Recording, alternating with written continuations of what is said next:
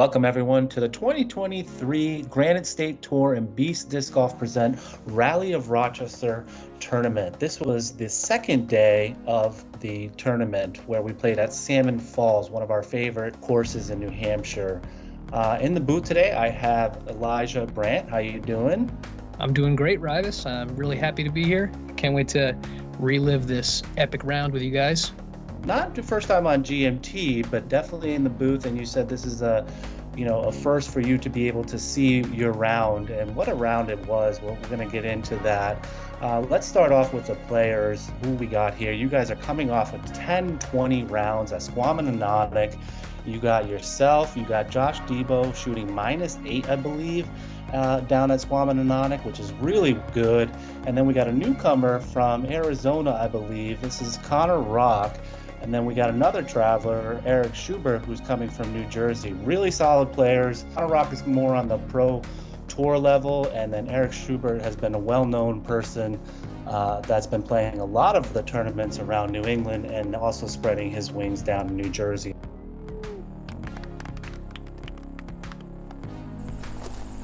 First on the tee, sponsored by Circa One Disc and Acres Disc Golf, sitting at -8, Josh DiBattitsta. So thanks again to all the sponsors that were involved with this. It takes a village to create a tournament like this. Why don't you tell us about hole one here, Eli?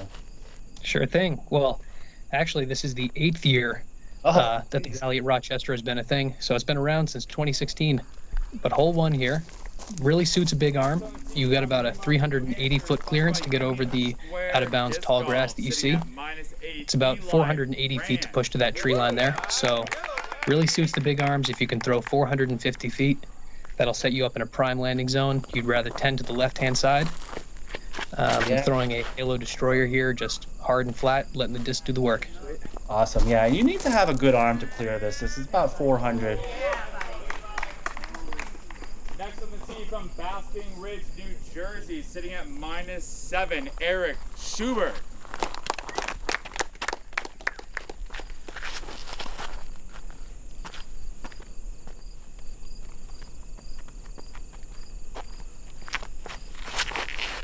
Eric's taking the untraditional route. He's going a little flexy to the right side. There is a lane over there, but you're going to have to work some magic. Rounding us off from Lakeside, Arizona, sponsored by Infinite Disc, sitting at -7, Connor Rock. The safe area does run up along the right-hand side of the fairway here, and you can play a safer shot that's more over to that side. But see Connor Rock just unleashing an absolute nuke here. If there were no trees on the hole, he probably would have had a putt for 2 there. The dude throws so far. That was going over 500 feet easily.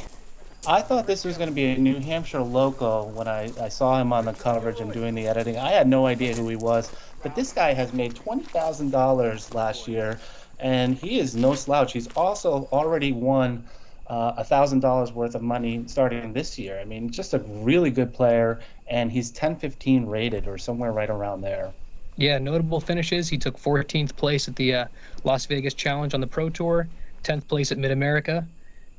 Dude played over 39 tournaments last year, so he's really grinding. He's working hard, and he's getting it done out here too. Nice backhand flex shot, making that gap as big as possible right there. Yeah, that was a good approach there by Debo. What are you throwing here, Eli? This is just a nice glow Z zone. You know it, you love it. Just a nice straight zone. Yeah, it was a good approach. And what are your thoughts on this green? Can it get risky on you with that slope and that slant there? Certainly. It's a little steeper than the coverage makes it out to be. You saw right there from Connor Rock, he threw his drive a little bit towards the right-hand side of the green, which it can lead to some squirrely situations, which is why you tend to be central or left. Eric does a nice job illustrating the big gap there and puts it right under the basket.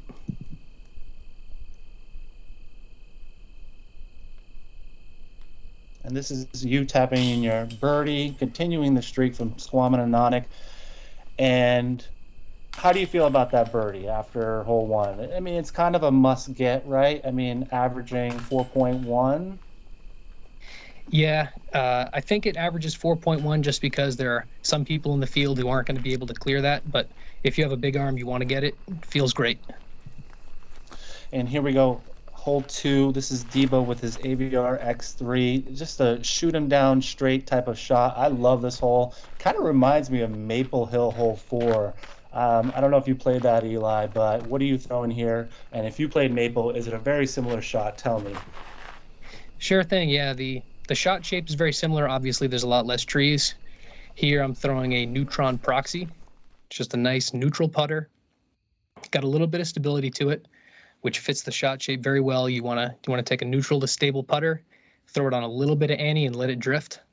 I got a little bit lucky here. I wasn't trying to go for that backdoor route there, but correct angle, correct speed yields good results from time to time. I just love this hole. I think it's a good check after hole 1. You know, you're going to get something that's attackable and continue your streak if you're feeling it. Connor Rock kind of leaks this one to the left. That was going to be a very stable zone. His Z zones, he's leaning on those a lot in this tournament. And here we go with Eric Schubert. He's going to be throwing a Lucid X Warden. And if anybody wants to know what he putts with, he's putting with his maidens. He's got sort of a collective bag, and he only really played with 7 or 8 discs, as we talked about. It's kind of interesting to see that type of game. Just off the mark. Yeah, I would love to see him hit that. I mean, this is kind of a gimme. 2.69. You almost want to always. Wow. Okay, Connor. Jeez. Big putt. Wow. That's exactly what you want to do on hole 2. You got to get the ball rolling, get off the ground. You want to score early. Well, you really want to score early, middle, and late here on this course. So Connor doing what he has to do, keeping pace, hitting a big putt. We love to see it. Yeah, that was about 45 feet, and I'm hearing a little bit of a gallery. Did you have people follow your card here? We did indeed. The New Hampshire disc golf scene is a pretty strong one. We got people from a lot of the team challenge teams over at Bellamy. We got Team Bellamy, TOG. We got some guys from Hammond Farm and other people from around the area who came to spectate this on this incredible day. Yeah, well, this tournament would be nowhere without all the support from Beast. I mean, they've added, I think, $5,000 out of cash, and then we obviously have the additional sponsors. I mean, we're talking about a lot of money here. The winner's going to win about almost $1,800, that's one of the biggest paydays in New England that we've ever seen. So this tournament is huge for B tier, and I want to see it to become an A tier, and I think we're only a couple years away from it. Very true. Here we are, hole 3. This hole coming right in the middle of the pack, 2.78 average. It's a very similar shot shape to the previous hole, just instead of downhill, you're just going to rip one flat. So you probably want to disc up to a mid-range or a fairway driver as opposed to the putter. I'm throwing a neutral to flippy buzz here, just flat and letting it drift a little bit. Getting a good kick there, actually, from what I could see. And that was a good disc choice. Unfortunately, Debo suffered a little bit of a short play because he went with the putter. And as you said, it kind of needs about a mid-range. And even Connor Rock, who we know throws pretty far, he's going to be going with the C-Line MD3 here.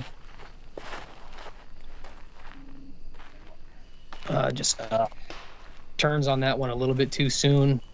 Yeah, and that was going to be parked, I feel like. And did you get to play with Connor first round or from Squamanagonic? This is the first time I've ever met him. Very nice guy. Doesn't really talk too much during the round, but he's got game to back it up. Yeah, he definitely has game. And here's Eric with his Crave. I believe that's more of a putter, maybe a mid-range, but just leaped it a little right. This is a tricky shot because you kind of have to make sure it antes, but it doesn't ante too much. It's kind of a quintessential Salmon Falls flex shot, as I call it. Yeah, I was surprised to see it average at a 2.78 because at 335, it's at that uncomfortable distance where you can throw a mid-range, but you want to throw the fairway. And then when you throw the fairway, the angles get a little bit more squirrely. So good job to the field for capitalizing and getting those birdies. Here we got Debo from probably 70 or 80 feet. He's known to splash a few of these every now and then. Yeah, if you want to check out him splashing a very meaningful 80-foot putt, check out the Nantucket coverage that we put out, and that was scheduled just a week after this tournament. So very meaningful back-to-back tournaments, just as meaningful as that putt for Eric Schubert. That was a really good putt. That was with his maiden, and that makes up for what he missed on 2, I believe. Yeah, exactly. He started off par. You know, you got to get the train going here. You got to get some birdies, and this is a huge putt. It's a great way for him to get back in this. Just snuck over the rim. Love to see it. Eric's a great guy, and you know, love seeing people make big putts like that. So hopefully we see some more of that throughout the round. This is a really great card. You guys are all really nice people. I mean, I haven't met Connor Rock, but like you were saying, he was really pleasant to play with. And the high caliber, there's so much money on the line. Are you feeling any nerves? Honestly, not really. I just told myself I'm going to come out today, focus on every shot, try and execute, try not to build a story in my mind. You know, the round's not over until it's over, so you just got to keep yourself in it at all costs and just play your game, really. Yeah, and formidable opponents too. I mean, you got Debo, who won it last year shooting -19. So you know you have to make sure you have to watch out for him, but also Connor Rock. I mean, is there a number that you're aiming for, or no? Just playing as is, like you just said. Not really. The goal is just to get as many birdies as possible. Absolutely. I like that mentality. Well, here's a 280-foot hole, very tricky hole 4, actually one of the hardest holes of the day, just because of the shot shape. It's very difficult to get down there. You get an Annie choice, or you get a little hyzer sneaky play that you have. Yeah, there's also a flex forehand down the middle. Eric showing you that right side hyzer. You got a lot of late trees to deal with, so it has to flip up and push farther than it looks off the tee pad here. Very tricky shot. Yeah, absolutely. Only 85 meters, but presents a lot of challenge. See, this shot's looking good, but angle is just a little bit too tight there coming into the green. Debo does his best to get up there, but it's just not. It's got to flip up just a little bit more. He told me that was his MD that he recently lost, so he's having a lot of lost discs, unfortunately, he told me lately. But that's part of the game. So here's Connor Rock, and he's going to be throwing his Z-zone. Oh my gosh, he just hits the last tree. I think that was going to be part. It's probably the same tree that Debo hit. Almost a perfect line, but it's very finicky. Dennis, if there was one more tree to cut, that would be the one. Sorry, you were throwing your one shot there? Exactly. I chose to throw the left side flex. It's a bit more of a tricky angle. Oh, Eric hits down on that approach, but it's a trickier angle to throw, that flex shot, but if you hit the fairway correctly, there's no trees in the way. So that was my mentality. It's the highest percentage play. Yeah, I'm finding there's so many trees near the green. Now I can see why it's becoming one of the hardest holes. Wow, Eric, that was a really good routine putt for him, it looked like. I mean, there was no reservation in that, no hesitation, bang. Now, back to back, that one hit dead center. Last one crept over. He definitely showed a good amount of confidence here. That would have hit a basket, or that would have made it into a basket, sitting 5 feet behind. That was a great putt. Here we have Debo for a birdie, a very elusive birdie. Very uncharacteristic to hit that first available for Debo, but he'll clean up his par. No problem there. Yeah, it is a little bit, kind of humorous seeing Debo do something like that. I mean, the guy is a legend of the game. He's been playing MPO for longer than I've been, even playing tag league rounds. So I really look up to the guy. He's a great mentor, a great person, and it's kind of funny to see him hit that tree right there. It happens to all of us. And Connor Rock, he's going to be getting his par. So not that many birdies for the lead card on that hole. Let's see if we can improve on hole 5. 519 feet. What are you ripping on, and what are your thoughts on this hole? This is just a glow T-bird. Throw it a little bit too low, but it's on the correct angle, correct line, so it's a serviceable tee shot. This is a relatively short par 4, so anything 270 to 330 down the fairway is going to be what you're looking for. Eric throws a great shot right here, right down the middle. He striped it. He's going to have an opportunity for birdie. Yeah, You and really that want something that pushes dead straight, though.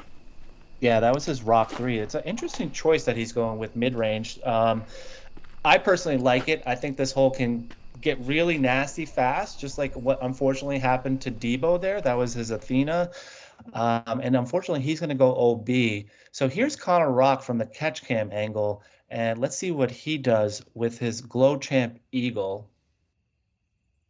Love that disc selection. It's a nice neutral to overstable disc. He pushes it way up there. You see a little ditch right here, left side of that clump of trees. That's a mark of a really great tee shot. So great drive from Connor.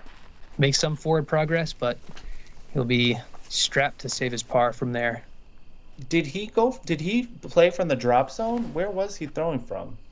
I believe he played from the white tee drop zone there.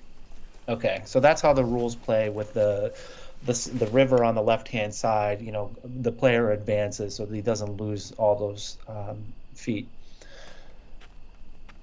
Yeah, not my best approach. Let it go a little bit early, but found a lucky gap up there, and I'll have a putt. And here's Debo with his fourth throw here, and that was a really good approach. He can't really complain about that. And here's Connor Rock with his approach for 2. My goodness. Textbook landing spot and really easy approach for him there. Let's see if Eric can repeat these past few putts that we've seen. Oh, the trifecta, almost. Oh. I would have loved to see that one hit. That was for his birdie, I believe. Just an inch too far to the right. Yep, and don't look back. Connor's kind of heating up. Have you noticed, or are you just, again, playing your game here? Well, I was aware of what fun. other people were doing on the card. I was aware of what other people were doing, but I was really trying to tune it out. You know, I figured I came into the round with a lead, so if I can play well and put pressure on others, you know, that's kind of the situation that I would like to be in there. So just going to try to keep on trucking.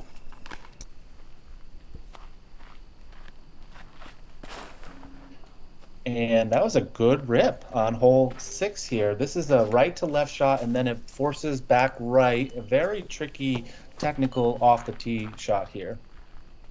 It actually does average as it's tied for the 3rd easiest hole in the course. Wow, I am shocked about it. It never used to be like that, this hole. Yeah. These guys are just throwing. I think Connor went with a faster disc there, but you really just want to throw a mid-range right up the middle. Eric just a little bit too right there. But any overstable mid-range, I was throwing a Z Hornet there. Just get up around the corner, and then it should be a pretty easy approach from that point on. Yeah, interesting shout out there, because Connor was actually throwing his Conqueror. Eric was throwing his zones. So, I mean, the fact that they got 2 distinct different type of styles of play for this hole shows you what you can do and what you can't do on this. See, Eric hit early, and he still finds himself a gap, finds a window. He throws that maybe just a foot or two too low, connects with that bush right there. Otherwise, he would have been right underneath the basket.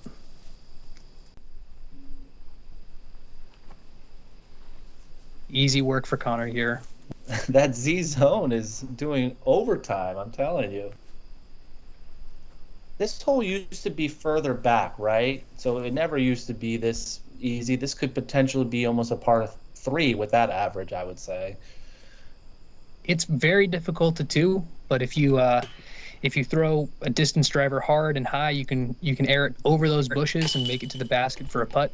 But you are correct, the basket used to be further back. If you see that pine tree on the right-hand side of the screen, basket used to be tucked back there in the corner.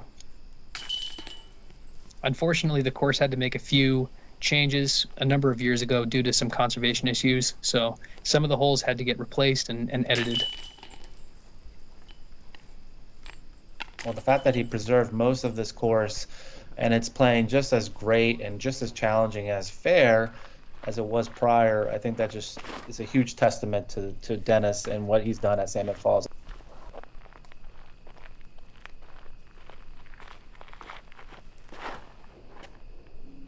I really like this shot by Connor. That was his streamlined runway. Let's take a replay here from the catch cam. Yeah, very nice shape on this shot. No nonsense, right down the middle. But to your point, this property, I mean, Dennis and the team have really been able to use it to its maximum. There were some shots that ran along the water's edge, but as erosion increases throughout the years, it just wasn't feasible for them to keep it. So they were able to make some reasonable changes, and the course is playing great. We see Eric and Debo taking hyzer lines. It looks like Debo went more of up the middle there with an intermediate hyzer. I haven't really seen that line too much, but it works out great for him. Yeah, he was throwing his judge, and Eric was throwing his zone. So, I mean, again, it works for both of those players, that shot shape, especially that judge up the middle. I kind of like that. And here's Connor with his birdie. Man, this guy is definitely heating up. He's only one off you. You saying you're not feeling the pressure. You're not checking scores, right? Is that accurate statement? Yes, it is. Not yet, at least. Okay.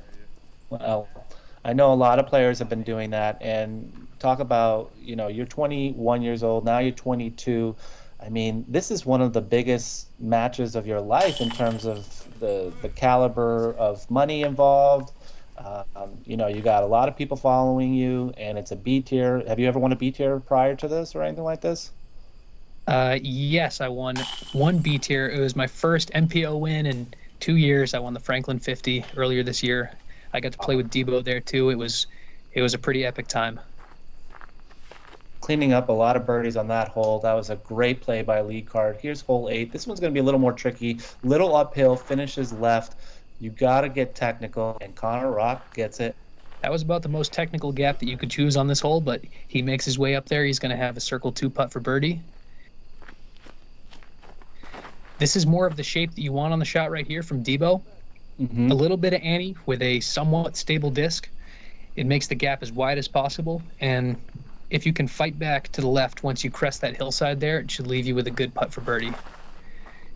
Eric has the turn on the disc, but unfortunately just lets that go a little early. He's going to be caught up, have to get up and down for the par. He likes that Rock X3. He's leaning on those, a lot of straight shots. You are throwing what? It didn't come back for you, it looks like. That was the same Hornet from hole 6. Okay. I did not know at the time, found out later that it was 168 grams. So that's probably got something to do with it. So that's why I turned just slightly, but oh my gosh, it doesn't matter, dude. That was a dagger in the middle. That felt good. You like jump putts, or did that you just needed to do it there? Well, that was a really great feeling putt. I felt like that was a pivotal moment in the round right there. Yeah. Make a statement. I do like to step putt. Pretty much anything outside the circle, I'll give it a little step. Just helps me generate more momentum, and that's what it's all about. And here we got Debo from a very similar spot, probably circle 1's edge, just a little bit off. Connor Rock, I mean, he's in a good spot. He actually is a little shorter than where I thought he was going to be, but this is actually a very pivotal moment for him to see if he can keep pace with you. Yeah, Connor's putt out of his hand. At the time, I thought it was going in. It looked dead center to me, but it dropped a little bit too early and came up just a little bit short. There we go.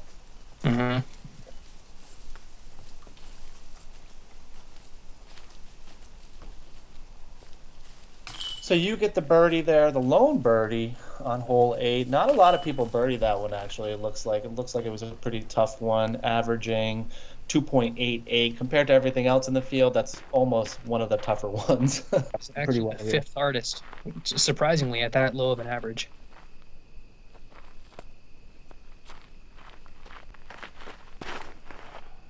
What did you throw here? This is a prime shot. That was a Sexton Firebird. It's an old beat-up 2020 Sexton that's been in my bag since they first came out. I'm sorry, a Sexton Firebird does not fly like that. Where are you coming up with this? Well, this one has been thrown almost every day for 3 years straight, so it flips up nice. And going to have a putt for 2 up there. So that is a 382-foot hole, and you're probably 60 feet or something like that. I mean, that was a really good pull. Let's see how far you get up there. Fortunately, Connor Rock gets first available there, but being a par 4, he should be able to save it. He was throwing his Glow Champ Eagle, so you can see that he's going for it. Yeah, of course. This would be I believe, the hardest hole, or tied for the hardest hole in the course if they called it a par 3, sitting at a 3.19 average. So it's definitely a bonus birdie. It's a very deuceable hole, but you got to throw a perfect tee shot, and most often you got to make a putt too. See if Eric can get one up there. Oh yeah, Eric kind of sneaks up there, gets a nice little flip. He really likes his hyzer flip game, and that was his inertia. If anybody wants to know what an inertia is, it's a 9-speed, and that was the perfect play, I feel like, for him right there. Definitely. Here's Connor scrambling, trying to get up and down for the 3. We saw him pull it a little bit to the right, which was a similar mistake to what he made on hole 3. I think those shoulders are just coming around a little bit too early. But last time he was able to get up and down, and looks like this time he'll limit that mistake too, which is certainly what you have to do at this level. Debo sinks down into the mud a little bit right there, but he makes do. After how wet your summer has been and your fall has been, I'm surprised there wasn't more mud on the course. This dried up pretty well compared to recent years. And here it is. Can you make another one? This would be a huge statement. Oh my gosh. Really, really good. That was for eagle, dude. I guess it technically was for eagle. I guess technically. In my mind, this is a par 3, but it's one that always feels great to get. I'm super stoked. Man, well, we don't put those blue colors out there for anything. That was an eagle, and I would own up to that. That was an amazing 2, and I'm very proud that you were able to connect there. And let's see if Debo is able to connect his birdie. Wow, this is like a putt off. You guys are really impressing me with all these made putts. I mean, I don't think we've seen, other than one miss like inside the circle, we haven't seen that many missed putts. Yeah, the card is really playing well today. This hole, though, par 4, there were only 2 2s on the day. It was myself and Jonathan Umel, who recently got picked up by Gateway. So keep a lookout for him. He's a solid player. He's got a terrific backhand and forehand, and I think he's going to make some noise this season. Yeah, well, we know you will be too, especially the way that you're playing that front 9. Congratulations on a really hot start, and let's see if you can continue on the back 9. Any last words before we get into the back? Not right now. I'm just excited to keep checking this out with you, Rivas. I really appreciate you having me on for coverage. I do want to say a big shout out to Beast Disc Golf, Union Square, Disc Golf 978 for supporting this event, making it all possible, and giving the players something to do this weekend. Yeah, a lot of cash, a lot of supporting cast. I mean, it's just a great tournament. Thanks again to all the sponsors, and thanks again to all the viewers checking it out on Greatest Media Team channel. Stay tuned to the back 9. Thank you.